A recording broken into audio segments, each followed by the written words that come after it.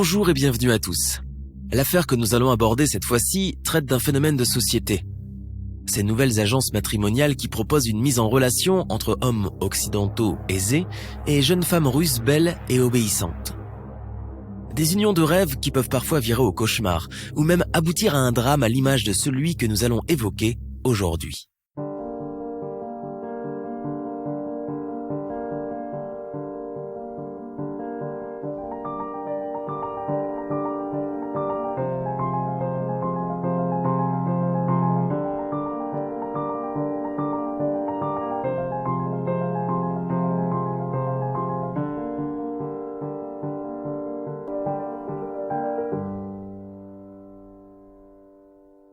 L'affaire débute en 2008, le jour où Monsieur Christophe Sion, homme de 46 ans, maladroit avec les femmes dans la vraie vie, décide de faire des recherches via Internet pour trouver l'amour. Il fait la connaissance de Dina Sissoeva sur un site de rencontre. Christophe est séduit par les photos de la jeune Russe de 30 ans. Il entre en communication avec elle et passe des heures à lui parler par l'intermédiaire de la vidéoconférence. De fil en aiguille, il en tombe amoureux. Dina est jolie, sincère, et a un vrai sens de l'écoute qu'il apprécie beaucoup. Sans nul doute, c'est elle la partenaire qu'il cherche depuis des années. Ayant hérité de ses parents, Christophe a habilement fructifié son argent en bourse. Persévérant et rigoureux, il est devenu riche de plusieurs millions d'euros. Il souhaite maintenant fonder un foyer. Christophe se projette de plus en plus. Il ne pense plus qu'à Dina et son avenir avec elle. En 2009, ne voulant plus perdre de temps, Christophe prend la décision de s'installer à Saint-Pétersbourg, la ville de sa dulcinée. Il retrouve Dina dans un petit café. Quand il arrive, elle n'est pas encore là. Elle est en retard, il l'attend. La rencontre fut un aboutissement. Elle est encore plus belle que sur l'écran de l'ordinateur. Le coup de foudre est immédiat pour tous les deux. Ils se marient rapidement et s'installent dans un grand appartement d'un luxueux immeuble de Saint-Pétersbourg, la ville des arts. Christophe est subjugué par le charme et de la ville et de la jeune Russe. Il paye tout cash, rien n'est trop beau pour son bonheur avec Dina. Un an plus tard, le couple donne naissance à une petite fille qu'ils appellent Christina. L'heureux papa est aux anges. Avoir sa propre famille est un rêve qu'il vient de réaliser. Il ne pouvait espérer plus beau cadeau de la vie. Pour le baptême, il organise une fête mémorable. Sa sœur Barbara et son mari Pierre sont invités et partagent avec lui les moments symboliques de la cérémonie à l'église et les photos souvenirs de Christina en longue robe de dentelle. Dans la foulée, Dina demande à Barbara de devenir la marraine de Christine. Barbara, très proche de son frère, apprécie beaucoup l'attention. Elle est émue jusqu'aux larmes. En août 2013, alors que la famille de Christophe pense qu'il file le parfait amour en Russie, il cesse brusquement de donner de ses nouvelles. Cela ne lui ressemble pas. Normalement, il appelle sa sœur au moins une fois chaque semaine.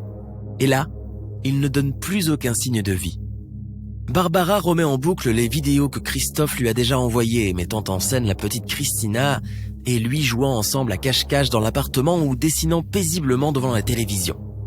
Barbara a toujours trouvé curieux que Dina ne soit jamais avec eux. Elle en a discuté avec son mari Pierre, mais ne l'a jamais mentionné à Christophe, de peur de le contrarier. Et puis maintenant, ce silence si étrange, si inhabituel. Elle est terriblement inquiète. Barbara appelle Christophe sur son portable. Aucune réponse, il reste injoignable. Elle essaie sur Skype, à travers le fixe et par mail. Rien. Toujours aucune réponse. C'est vraiment anormal. Il ne répond pas alors que d'habitude, quand il ouvre un appel en absence, il rappelle immédiatement. Barbara essaie sur le portable de Dina, mais pas de réponse non plus. Elle est également injoignable.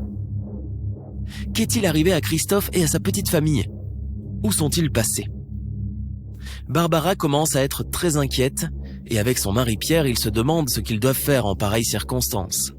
Ils se font en tête tout un tas de scénarios et se demandent si Christophe n'a pas été victime d'un kidnapping. La Russie est un pays réputé dangereux. Prendre un homme riche en otage et demander une rançon à sa famille y est tout à fait possible. Barbara et Pierre ne savent plus quoi penser. Dans l'incertitude, ils contactent Ekaterina Sologoub, une avocate de Russie qui parle français. Ils l'appellent et lui expliquent la situation. Maître Sologoub va déposer plainte pour disparition de Christophe. Les enquêteurs de la police russe se rendent à l'appartement, sonnent et sont surpris que Dina leur ouvre la porte. Tranquillement, elle explique à la police que son mari est en voyage d'affaires au Luxembourg et qu'il n'y a pas lieu de s'inquiéter. À défaut de les convaincre, les explications que Dina a données à la police ne rassurent que partiellement Barbara et Pierre. Le 16 octobre 2013, ils décident d'appeler Dina sur Skype et de la filmer, histoire d'en savoir un peu plus et d'obtenir des preuves à soumettre aux autorités. Dina accepte l'appel vidéo et se met devant l'écran. La petite Christina est à ses côtés et elle est en bonne santé. Ils sont soulagés de la voir. Mais où est Christophe ? Tout d'abord, Barbara et Pierre commencent à parler de choses et d'autres avec Dina pour la mettre en confiance. Ils ne veulent pas la brusquer, de crainte qu'elle ne mette fin à la conversation.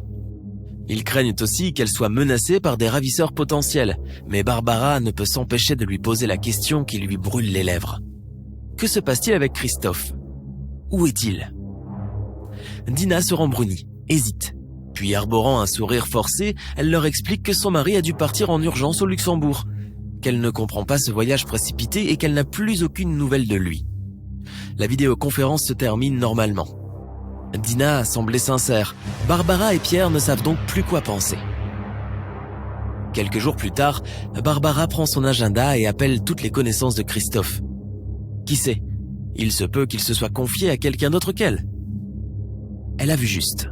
Paul Dupuis, le meilleur ami de son frère, lui apprend que Christophe et Dina étaient séparés depuis des mois, qu'ils n'habitaient plus l'appartement de Saint-Pétersbourg et, pour voir sa fille à laquelle il était très attaché, il devait verser de l'argent à Dina. Barbara est accablée. Christophe a dû avoir honte de lui parler de tout ça. Il est tombé sur une femme qui n'en voulait qu'à son argent et il a gardé cela pour lui, le pauvre chéri. En Russie, la police poursuit ses investigations. Les enquêteurs découvrent que Dina a récupéré 100 000 € sur le compte de son mari grâce à une procuration falsifiée. Elle a entièrement vidé le compte de Christophe. Les soupçons se concentrent sur elle. En novembre 2014, la perquisition réalisée dans l'appartement révèle une importante trace de sang sous le plancher du salon. Du sang appartenant à Christophe, certes nettoyé mais toujours évident sur le sol. Il ne fait aucun doute, Christophe a été frappé et blessé à l'intérieur de cet appartement. Est-il séquestré quelque part ? Est-il encore vivant ? S'est-il enfui au Luxembourg ? Petit à petit, les enquêteurs recollent les morceaux du puzzle.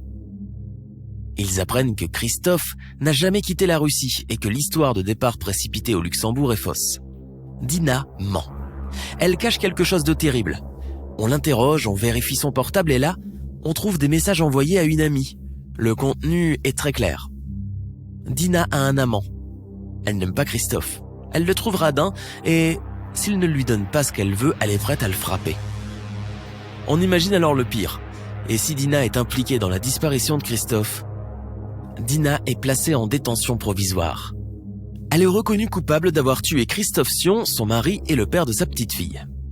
Mise sous pression, elle ne veut toujours pas avouer et continue de mentir. Elle invente l'histoire d'un certain Vassili, associé de Christophe dans un trafic d'art. Selon Dina, ce serait Vassili qui a tué Christophe et lui a ordonné de se débarrasser du corps si elle veut rester en vie. Mais personne ne connaît ce Vassili et aucune trace ou indice n'indique la présence de cet homme dans l'appartement. Le comité d'enquête russe ne la croit pas et il est sûr de sa culpabilité. Il reconstitue la scène de crime qui lui paraît plausible. Le 28 août, Dina frappe Christophe à la tête dans leur appartement. Elle utilise un objet contondant en fer. Tombé sur le plancher, Christophe va perdre beaucoup de sang et au lieu de l'aider, Dina va le menotter et ne lui apporter aucun secours. Elle appelle son père pour l'aider à le transporter en voiture dans une forêt de la région de Pskov, à 300 km au sud de Saint-Pétersbourg. Elle le démembre et le brûle partiellement, car elle est pressée de rentrer et de l'oublier. Les enquêteurs recueillent le témoignage du père de Dina qui, lui, avoue avoir aidé sa fille à se débarrasser du corps. En avril 2016, dans la cour d'assises de Saint-Pétersbourg, se tient le procès où Dina est jugée. Calme et froide, elle ne montre aucune émotion ni aucun regret vis-à-vis de ses actes criminels. Depuis le début de la relation, elle n'était attirée que par l'argent de Christophe. Après 17 jours de délibération, Dina est condamnée à 11 ans de prison à Saint-Pétersbourg pour assassinat et escroquerie. Barbara et Pierre sont atterrés. Christophe est mort et Dina, la meurtrière, n'a écopé que de 11 ans. Ironie du sort, son père, le complice qui a avoué l'avoir aidé à démembrer et à brûler Christophe, se retrouve libre et obtient la garde de Christina, sa petite fille. Le chagrin est immense et l'incompréhension est totale. Pour Barbara, ce n'est pas possible. Son frère doit hurler de désespoir là où il est. Elle se bat désormais pour sa nièce Christina, la fillette à 10 ans. Elle veut coûte que coûte la ramener en France. Elle doit bien ça à Christophe, son malheureux frère. Elle se lance dans un long combat judiciaire pour adopter sa nièce, actuellement chez ses grands-parents maternels en Russie, au fin fond de la Sibérie. Elle est persuadée que cette famille russe ne s'accroche à Christina que pour l'héritage. Avec l'aide de leur avocate russe, Maître Sologoub, Barbara et Pierre ont entamé des démarches pour adopter la fillette. Mais plusieurs obstacles administratifs se dressent devant eux. Alors qu'elle avait été déchue de ses droits parentaux après sa condamnation, Dina est rétablie ensuite dans ses droits en appel et elle s'oppose à cette adoption avec force et véhémence. Elle compte raccourcir sa peine et sortir pour profiter de l'héritage. Dégoûtée mais toujours décidée, Barbara et Pierre n'hésitent pas à faire des milliers de kilomètres pour aller voir Christina. Ils n'ont eu le droit de la rencontrer qu'à 4 reprises depuis 2014, dont une dernière visite en octobre 2018. Ils ne s'avouent pas vaincus, même si le chemin s'annonce long et difficile. Ils se sont désormais mis en tête d'adopter la petite fille coûte que coûte. On n'abandonnera pas. Christina est notre unique priorité, lâche ce couple déterminé à se battre pour la dignité de Christophe et la délivrance de Christina. Ils doivent absolument annuler l'appel de Dina pour reprendre la procédure d'adoption. Pour cela, ils lancent un double appel au président Macron et Poutine et courtisent les plateaux de télévision. Pour sauver Christina, ils sont prêts à tout. Pour les soutenir, vous pouvez les retrouver sur le site web sauvonschristina.org. Nous sommes à la fin de notre émission du jour. N'hésitez pas à écouter les autres émissions du podcast et à prendre 5 secondes pour nous laisser un 5 étoiles sur iTunes. C'est vraiment très important pour nous. Vous pouvez aussi vous abonner pour ne pas rater les prochains épisodes et nous suivre sur Facebook pour nous en proposer de nouveaux. Merci et à bientôt.